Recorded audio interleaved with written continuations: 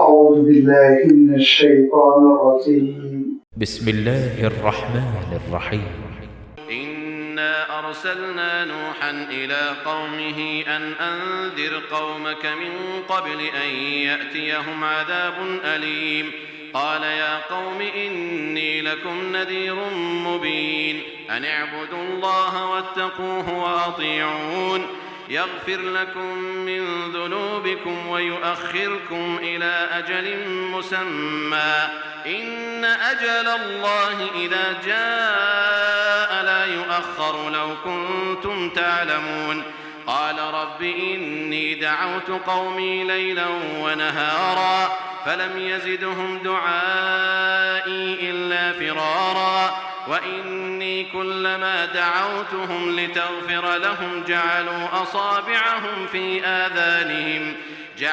أصابعهم في آذانهم واستغشوا ثيابهم وأصروا واستكبروا استكبارا ثم إني دعوتهم جهارا ثم إني أعلنت لهم وأسررت لهم إسرارا فقلت استغفروا ربكم إنه كان غفارا يرسل السماء عليكم مدرارا ويمددكم بأموال وبنين ويجعل لكم جنات ويجعل لكم أنهارا ما لكم لا ترجون لله وقارا وقد خلقكم أطوارا ألم تروا كيف خلق الله 7 سماوات طباقا وجعل القمر فيهن نورا وجعل الشمس سراجا والله أنبتكم من الأرض نباتا ثم يعيدكم فيها ويخرجكم إخراجا والله جعل لكم الأرض بساطا لتسلكوا منها سبلا فجاجا صدق الله العظيم. الحمد لله رب العالمين والصلاة والسلام على سيد المرسلين وعلى آله وأصحابه أجمعين أما بعد. سورہ نوح کی یہ 20 ابتدائی آیتیں ہیں جن کی ابھی آپ کے سامنے تلاوت کی گئی. جملہ 28 آیات پر مشتمل یہ سورت اللہ کے رسول صلی اللہ علیہ وسلم پر ہجرت سے بہت پہلے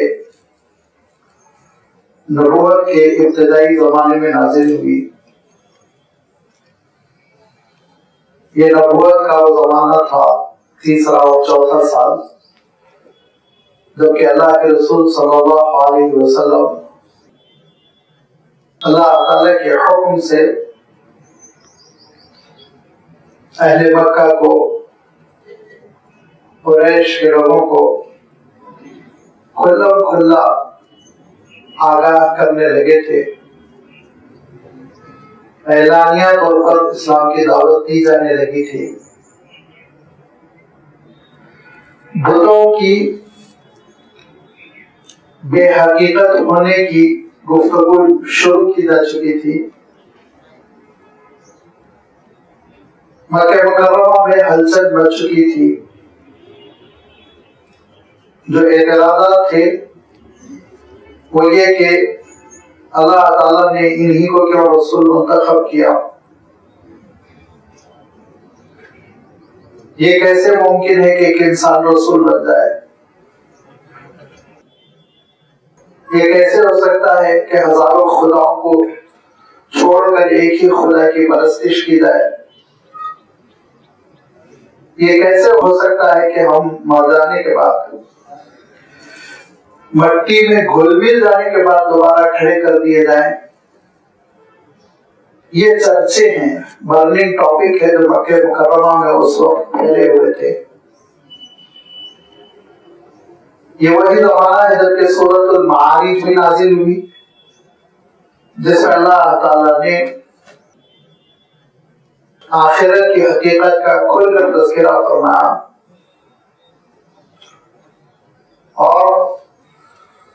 جو لوگ یہ کہہ رہے تھے کہ اگر آپ کا انکار کر دینا یہ عذاب کا باعث ہے تو عذاب پیش کیجیے. ہم بھی تو دیکھیں اپنے آنکھوں سے. نعوذ باللہ. عذاب کس کو کہتے ہیں, سزا کس کو کہتے ہیں, کیوں بار بار آپ دھمکی دے رہے ہیں؟ اس موقع پہ اللہ تعالیٰ نے بات ارشاد فرمائی تھی کہ تمہاری آنکھیں جن دنوں کو دیکھ رہی ہے, جن ہفتوں کو گن رہی ہے, تم جن کو مہینے اور سال سمجھتے ہیں, اللہ تعالیٰ کی نگاہ میں, اس کے علم میں ان کی کوئی حیثیت نہیں. عالم بالا میں حضرت القدس میں اللہ تعالیٰ کے پاس تو تمہارے 50,000 سال بھی ایک دن کے برابر ہے, اس سے زیادہ کوئی حیثیت نہیں ہے. لہذا جو اللہ تعالیٰ نے تم کو مہلت دی ہے, جس مہلت کو تم لمبی مدت سمجھ رہے ہو وہ بہت زیادہ لمبی نہیں ہے. ونرا کو قریب, آپ تمہارے انجام کو بہت قریب دیکھ رہے ہیں. چند ہی سالوں کا مسئلہ ہے. تاریخ یہ بتلاتی ہے کہ امتوں کو, تاریخ یہ بتلاتی ہے کہ قوموں کو لمبی لمبی مہلت دی گئی. 600 سال, 800 سال, 1000 سال. تو تم کیسے چاہتے ہو 7-8 سال میں قصہ ختم کر دیا جائے؟ اب حضرت نوح علیہ السلام کا قصہ یہاں شروع ہو رہا ہے سورۃ النوح میں. سورۃ المعارج کے فوراً بعد یہ سورت رکھی گئی اللہ کے حکم سے, کیونکہ اس میں بتایا گیا کہ حضرت نوح علیہ السلام نے اپنی قوم کے درمیان کتنی لمبی مدت خدمت انجام دی, دین کی, نبوت کی, رسالت کی, اور اس قوم کو کتنی لمبی مہلت ملی. ایک بڑا عرصہ اللہ کے اس رسول نے حضرت نوح علیہ السلام نے ان کے درمیان گزارا, تب کہیں جا کے اللہ کا فیصلہ آیا.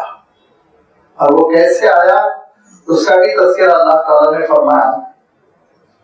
پوری کی پوری صورت حضرت نوح علیہ السلام ہی کی دعوت پر مشتمل ہے. جملہ 28 آیتیں, ان سب کا ٹاپک ایک ہی ہے, حضرت نوح علیہ السلام اور آپ کی دعوت توحید. اللہ تعالیٰ نے حضرت نوح علیہ السلام کو جو برپا کیا تو لازمی بات ہے وہ تاریخ نہیں بتلا سکتے. مورخین نے کوشش کی کہ حضرت نوح علیہ السلام سے حضرت آدم علیہ السلام تک کا نسب نامہ بیان کرنے کی, لیکن یہ تاریخ کی کوشش ہے. یہ لازمی بات ہے, قرآن مجید کا بیان نہیں, یہ اللہ کے رسول صلی اللہ علیہ وسلم کا بیان نہیں. تو جب قرآن و حدیث کا بیان نہیں ہے تو پھر وہ اتنا قطعی نہیں ہوتا, یقینی نہیں ہوتا کہ اس پہ ایمان قبول کر لیا جائے, اس کے آگے سر جھکا دیا جائے. کوششیں ہوتی ہیں انسانوں کی, سمجھنے کی کوشش کرتے ہیں. لہذا حضرت نوح علیہ السلام حضرت آدم علیہ السلام کے بعد پہلے رسول ہے روئے زمین پر. یہ حدیث شریف میں ہے, رسول پہلے ہیں, ہو سکتا نبی گزرے ہوں گے. جیسے کہ حضرت شیس علیہ السلام کا نام مورخین لیتے ہیں. میں پھر کہہ دیتا ہوں کہ یہ حدیث کی تصریحات نہیں ہے کہ بیچ میں حضرت شیس علیہ السلام بھی ہوئے یا نہیں ہوئے. مورخین کے پاس یہ نام آتا ہے, لیکن حدیث شریف میں یہ کلیئر ہے کہ حضرت آدم علیہ السلام کے بعد جو پہلے رسول مبعوث ہوئے انسانیت کی جانب وہ حضرت نوح علیہ السلام تھے, کیونکہ اس وقت شرک بہت پھیل چکا تھا. بالخصوص ان کے چند قبیلوں کے جو بت تھے, ان بتوں کا اللہ تعالیٰ نے خود نام دیا, جن کو وہ پوچھتے تھے, جن کو وہ پکڑے ہوئے تھے. اور یہ بھی کہا گیا دراصل وہ بت چند نیک لوگوں کی یادگار میں بنا لیے گئے تھے. وہ ودا ہے, سواع ہے, یغوث ہے, یعوق ہے, نصر ہے. یہ 5 بتوں کا اللہ تعالیٰ نے تذکرہ فرمایا جن کی کثرت سے پوجا ہوتی تھی, اور بھی سینکڑوں بت تھے جو انہوں نے بنا رکھے تھے. اللہ تعالیٰ نے قوم کو سنبھالنے کے لیے, مہلت دینے کے لیے, تباہ و برباد ہو کر عذاب کے شکار نہ ہو جائیں, اس رحمت اور حکمت سے حضرت نوح علیہ السلام کو رسول اور نبی بنا کر بھیجا. انا ارسلنا نوحا الی قومہ ان انذر قومک من قبل ان یاتیہم عذاب الیم. بے شک ہم نے بھیجا نوح کو ان کی قوم کی جانب کہ وہ قوم کو آگاہ کر دے اس سے پہلے کہ دردناک عذاب ان پر آ جائے. ایسا عذاب جو ان کو تباہ کر دے، برباد کر دے. اس عذاب کے آنے سے پہلے حضرت نوح علیہ السلام کو یہ ڈیوٹی دی گئی کہ آپ قوم کو سنبھالنے کی کوشش کیجیے.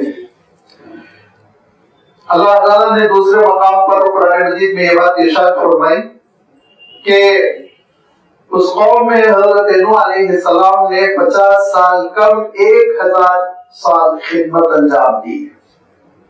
الف سنۃ الا 50 عاما. اور اس کی حکمت مفسرین نے یہ بتلائی کہ اصلا حضرت نوح علیہ السلام کی عمر مبارک 1000 سال تھی، لیکن 50 سال کی عمر میں آپ رسول بنائے گئے. تو 950 سال حضرت نوح علیہ السلام نے خدمت انجام دی. ورنہ عربی داں جانتے ہیں اگر سادہ سیدھا اسلوب ہوتا تو یوں کہا جاتا کہ 950 عاما، 950 سال. لیکن اللہ تعالیٰ نے جو اسلوب اختیار کیا اس کی روشنی میں کہا گیا کہ اس کا مفہوم یہ ہے کہ 1000 سال حضرت نوح علیہ السلام قوم کے درمیان رہے، لیکن ابتدائی 50 سال وہ نبی و رسول کی حیثیت سے نہیں رہے. نبوت اور رسالت آپ کو 50ویں سال ملی، جیسے اللہ کے رسول صلی اللہ علیہ وسلم کو 40 سال کی عمر میں ملی. بیشتر نبیوں اور رسولوں کو نبوت اور بعثت 40 ہی سال میں ملتی رہی.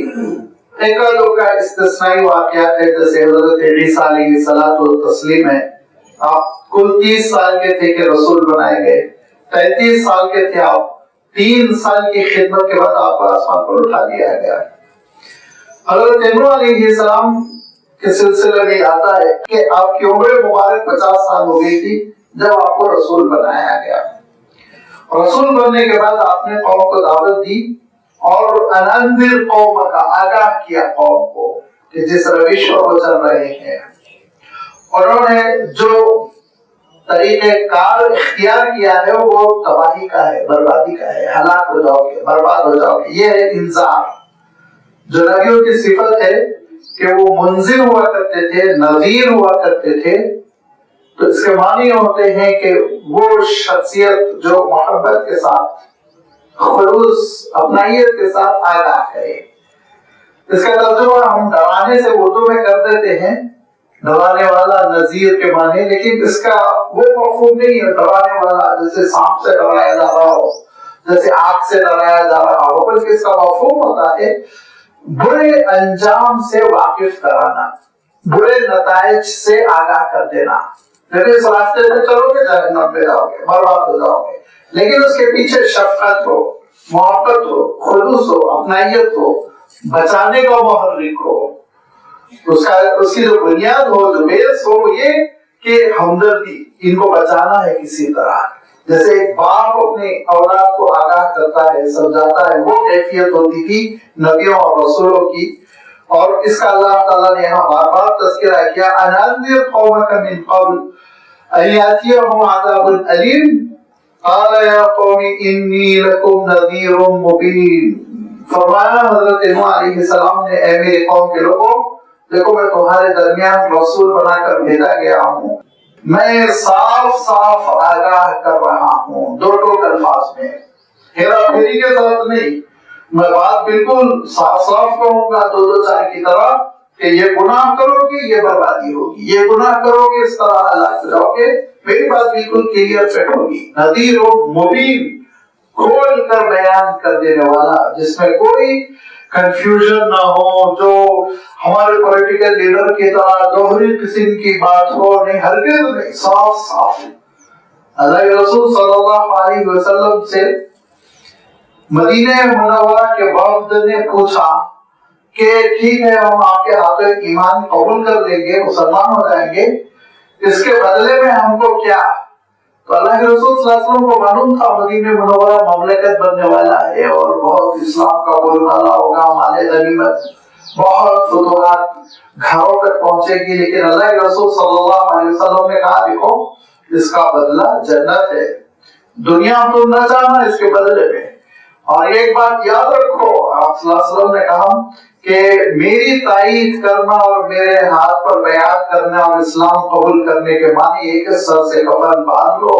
حملے ہوں گے، جھگڑے ہوں گے، لڑائیاں ہوں گی، ستایا جائے گا، جائیداد چھینی جائے گی، یہ ساری چیزوں سے تم کو دو چار ہونا پڑے گا. کوئی چھوٹا سیاسی پولیٹیکل وعدہ نہیں. ہاں جنت طے ہے فرمایا، جنت تم کو ہر حال میں ملنی ہے، جنت کی شیورٹی میں تم کو دیتا.